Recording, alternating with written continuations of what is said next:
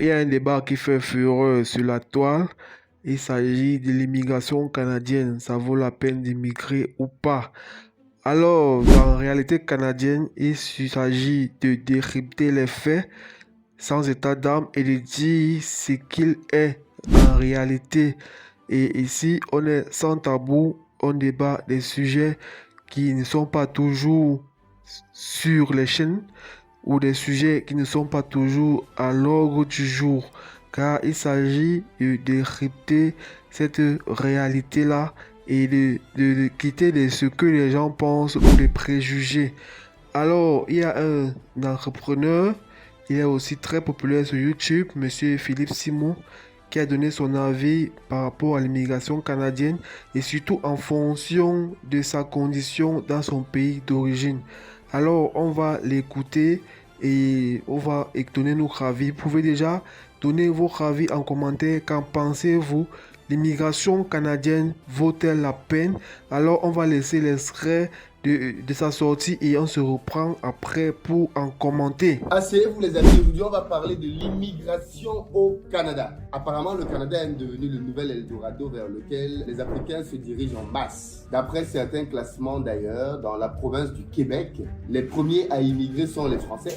C'est très drôle d'ailleurs qu'on n'en parle pas assez, mais les premières personnes à immigrer au Canada sont les Français, alors même qu'on nous fait comprendre tous les jours que la France est un paradis duquel les Africains ne sont plus forcément les bienvenus. Et bien, il se trouve que beaucoup de Français eux-mêmes pensent apparemment que leur paradis est ailleurs. Donc, ils sont les premiers à immigrer au Canada et de très loin. Ensuite, on a les Chinois, après on a les Camerounais. Dans la liste, en descendant un peu plus bas, on a les Ivoiriens aussi. Donc, ce sont les deux pays qui immigrent le plus au Canada. Mais pourquoi est-ce que les Africains vont-ils massivement au Canada? J'ai reçu un message hier d'un jeune homme qui m'a posé une situation que je vais vous lire tout de suite et je vais vous faire part de la réponse que je lui ai donnée. Il se trouve qu'il m'a dit que, alors je vous lis l'essentiel du message, il se présente et ensuite il me dit, en fait, je suis un tout petit commerçant qui se débrouille à peine, mais mon petit business me rapporte 12 millions de francs CFA par année. Mais, c'est là que ça devient intéressant, j'ai des amis qui sont partis en aventure au Canada, qui ne cessent de m'encourager à partir là-bas. Voilà les amis qui sont arrivés, qui lui disent, mon gars, viens ici. La vérité, c'est que je ne peux pas leur dire mon revenu pour le moment, tandis qu'ils ne cessent de m'encourager. Alors, monsieur Philippe, je ne veux pas risquer pour abandonner mon business. Ou alors, ne pas partir serait un regret pour moi demain. Aidez-moi à prendre une bonne décision. Voilà donc le cas que ce jeune homme propose. Qu'est-ce que vous lui proposez? Il dit, voilà, moi, en gros, je suis entrepreneur au pays, je parviens à tirer 12 millions de francs par an, ça fait 1524 euros qu'il parvient à avoir de marge dans son business. 1524 euros, c'est plus que le salaire moyen en France, le salaire minimum en France, le SMIC, qui est plutôt autour, je pense, de 1200, 1300 euros. Voilà un jeune homme qui est en Afrique et qui gagne cette somme-là par mois. Doit-il donc laisser son business qui lui rapporte déjà ce type de somme-là? Je vais vous raconter une histoire vraie. Deux histoires même. La première concerne un monsieur que j'ai rencontré au Cameroun il y a une dizaine d'années maintenant. C'est un même monsieur qui m'a arnaqué pour une histoire de terrain au Cameroun. C'est quelqu'un qui vit dans la diaspora aux États-Unis. Son petit nom, c'est Daddy. J'ai rencontré ce monsieur à l'époque au travers de ma mère. C'est quelqu'un qui venait souvent dans un de ses restaurants constamment et qui était un bon client régulier. Et donc, quand je suis arrivé en vacances, le monsieur venant souvent, elle m'a parlé de lui. Voilà, un monsieur qui revient des États-Unis, qui fait du business ici. Toi qui commences à faire des choses ici au pays, ça peut être intéressant que vous soyez en contact. Je lui ai parlé de toi et il est bien intéressé pour te rencontrer. Voilà comment j'ai été mis en relation avec Daddy. Je suis allé à Bonamoussadi, parce qu'à Denver, c'est un quartier chic, vraiment chic ici à Douala. Et le monsieur avait un chantier, une maison qu'il avait commencé il y a plus de 10 ans, qui n'était toujours pas terminée. Et il essayait donc de terminer cette maison-là pour enfin pouvoir y vivre. J'ai donc commencé à discuter avec lui. Il m'a fait savoir qu'il revenait des États-Unis, effectivement. et qu'il avait mis et qu'il était parti du Cameroun à ce moment-là déjà, il y avait plus de 10 ans, pour aller se lancer aux États-Unis et qu'il le regrettait amèrement. Je lui ai dit, mais pourquoi? Il me dit, parce que, en fait, quand lui quittait le Cameroun, il gagnait déjà vraiment très bien sa vie. Il avait pas mal de petits commerces et il parvenait à faire, tenez-vous tranquille, hein, il parvenait à faire déjà le milliard de francs CFA. Vous avez bien entendu. Il faisait déjà le milliard de francs CFA. Mais il a décidé de tout laisser pour aller aux États-Unis parce que ses amis lui disaient qu'aux États-Unis, c'est mieux là-bas. C'est le pays du business, c'est le pays de tout. Donc, il a pris ses épargnes. Et donc, le terrain qu'il a là maintenant, il dit qu'il avait construit. En fait, il dit qu'il était pris au piège parce que la maison qu'il était en train de terminer là maintenant, c'est une maison qu'il avait démarrée plus de 10 ans auparavant, avant de partir. Et quand il arrive aux États-Unis, il s'est dit, bon, pourquoi je vais continuer à investir dans une maison alors que je ne vis plus au Cameroun? Je préfère d'abord me concentrer pour développer des activités aux États-Unis, là où je suis actuellement. Donc, Daddy est aux États-Unis et il ne touche plus sa maison au Cameroun. La maison, c'était un palace. Et il me dit, voilà le genre d'erreur que je faisais avant. Avant, à mon époque, on montrait sa puissance financière par la taille de sa maison. Donc, j'ai construit une grosse maison dans laquelle je n'ai finalement jamais habité. Et c'est une grosse erreur. Maintenant, je suis obligé de la terminer. Mais en fait, maintenant, je me rends compte qu'il y a une université dans le quartier. Et donc, j'aurais plutôt gagné à construire ici une série de mini-cités. Ça m'aurait été tellement plus rentable. J'ai dit, mais aux États-Unis, pourquoi tu regrettes? Tu es allé aux États-Unis quand même. Tu es maintenant américain parce qu'il était nationalisé américain. Il dit, oui, je suis naturalisé américain. Mais les États-Unis, ce n'est pas ce qu'on nous a dit. Je suis allé aux États-Unis, j'ai rencontré ma femme là-bas, une Camerounaise, on s'est mariés, on a eu des enfants. On a lancé un business ensemble qui a commencé à mordre et les choses semblaient aller dans le bon sens. Jusqu'au jour où ma femme m'a quitté.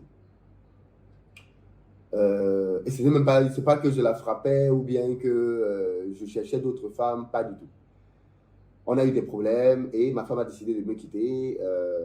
Elle estimait que le système américain lui permettait de pouvoir prendre soin des enfants avec les aides. Donc elle m'a quitté. Et ma vie a complètement basculé. Je suis rentré en dépression. J'ai failli mourir. Aujourd'hui, j'ai une santé très fragile. Je suis constamment à prendre des comprimés, ainsi de suite.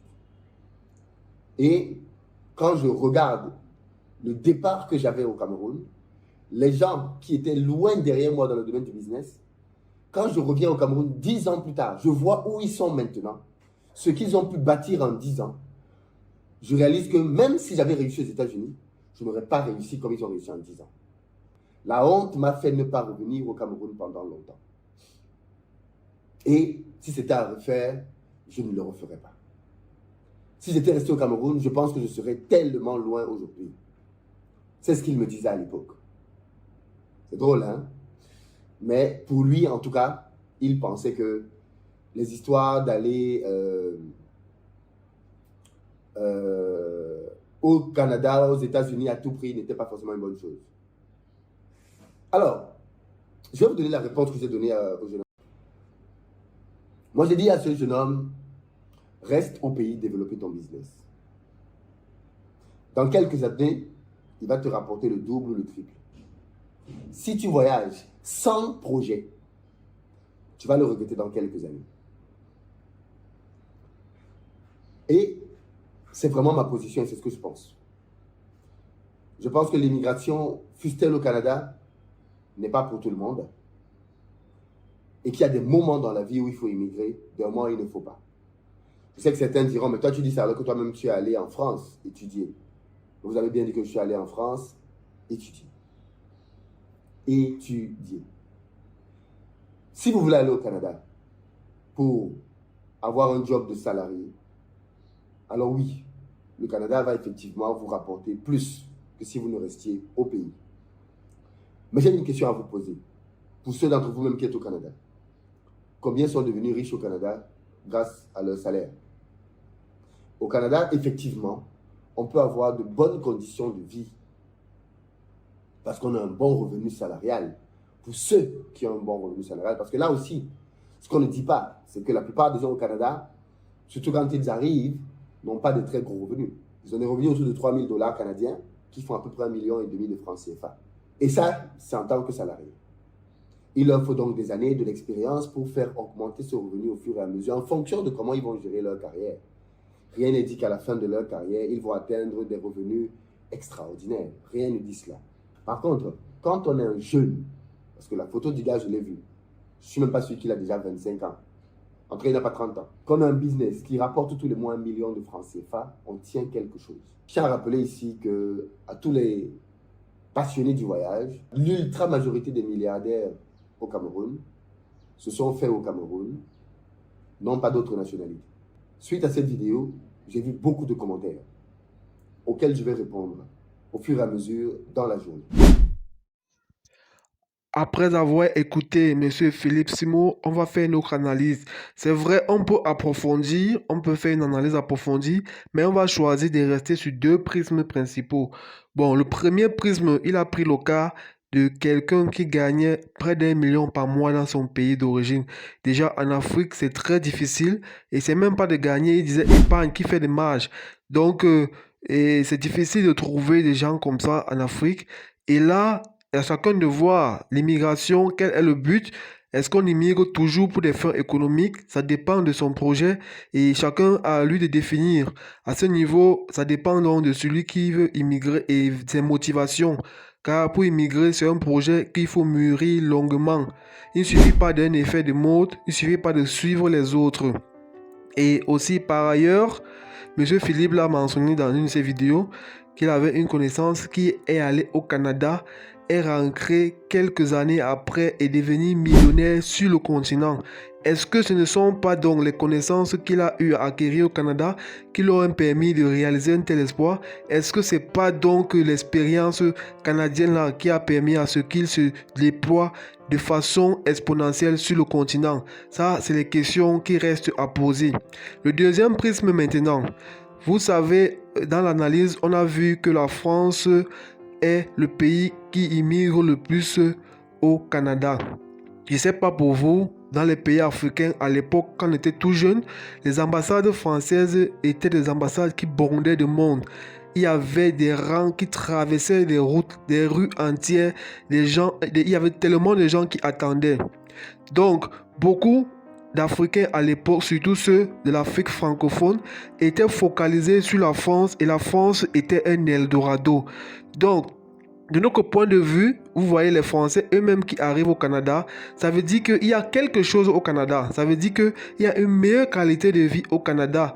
De façon que les Européens eux-mêmes bousculent pour aller au Canada. Ça veut dire qu'il y a quelque chose au Canada. Il y a de meilleures conditions de vie. Il y a vraiment à gagner à ce niveau. Donc, pour deux personnes qui veulent immigrer, une personne qui veut aller en Europe et une autre personne qui va aller au Canada, en faisant l'analyse, on va se rendre compte celui qui est au Canada va s'adapter plus rapidement, il s'en sortira le plus rapidement. À ce niveau, pour moi, le Canada reste une meilleure destination. Le Canada est une terre d'opportunités. Le Canada reste ouvert à l'immigration et le Canada est l'un des systèmes les plus développés en immigration. C'est vrai, il y a les États-Unis, mais essayez de me dire, l'IRCC, quel est le système d'immigration qui peut être comparé, qui peut être comparable à l'IRCC? Quel est ce système d'immigration qui est aussi efficace? Il y a des retards, c'est vrai, mais c'est dû aux nombreuses demandes. C'est tellement, ils sont saturés. On va s'arrêter à ce prisme, on ne va pas aller sur le prisme géographique. Le Canada est une grande terre, le Canada est vaste avec une petite population. Ça, c'est une première analyse. Peut-être on fera d'autres sorties pour entrer en profondeur réellement. Alors les amis, si tu es nouveau sur la chaîne, abonne-toi. Laisse un pouce bleu si tu aimes ce qu'on fait. Et active la cloche de notification pour ne pas rater nos prochaines sorties car il y a vraiment du lourd qui arrive les amis.